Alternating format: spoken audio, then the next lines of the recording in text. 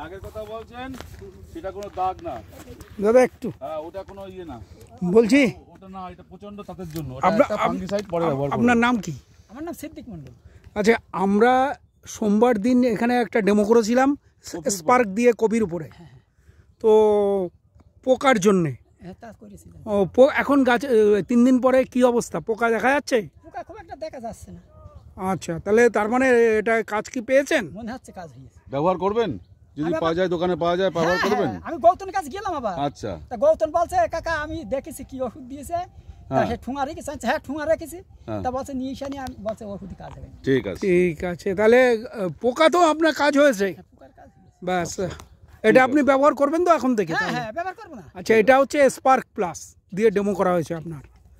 ঠিক আছে, ধন্যবাদ আপনাকে। আর সবসময় মাপার যন্ত্র রাখবেন, নাহলে পরে না ডোজ উল্টো পাল্টা হয়ে যায়। আপনার মাপার আমার যন্ত্র আছে, ওই এমএল আছে বাড়িতে আছে। ওই দিয়ে আপনি মেপে করবেন। মেপে দিলে ভালো হয়। হ্যাঁ, নাহলে পরে দিলাম পচার ওষুধ। আপনি কিরকম বুঝলেন ওষুধটা, কিরকম বুঝলেন? এখন তো কাজ দেখতে ভালো, পরে কি বলতে কয়দিন হয়েছে আপনার? খোলে একদিন গিয়েছে, 2 দিন হচ্ছে। হ্যাঁ, মানে আপনি সোমবার দিয়েছেন? হ্যাঁ, সোমবার দিয়েছেন আর আপনার বুধবার, তা আপনার এখন আপনি কোনো রকম ডগ কিন্তু কাটেনি? কাটাতে দেখা যাচ্ছে। আচ্ছা, ঠিক আছে। আজকে আপনি কি ওষুধ দিচ্ছেন? দিচ্ছে একালাস দিচ্ছে আর হইলো ডামনি। আচ্ছা, ঠিক আছে, ঠিক আছে। তাহলে আপনার গাছের চেহারা কি বুঝছেন? এরা তো কালো হয়ে যাচ্ছে। কালো হয়েছে, ঠিক আছে।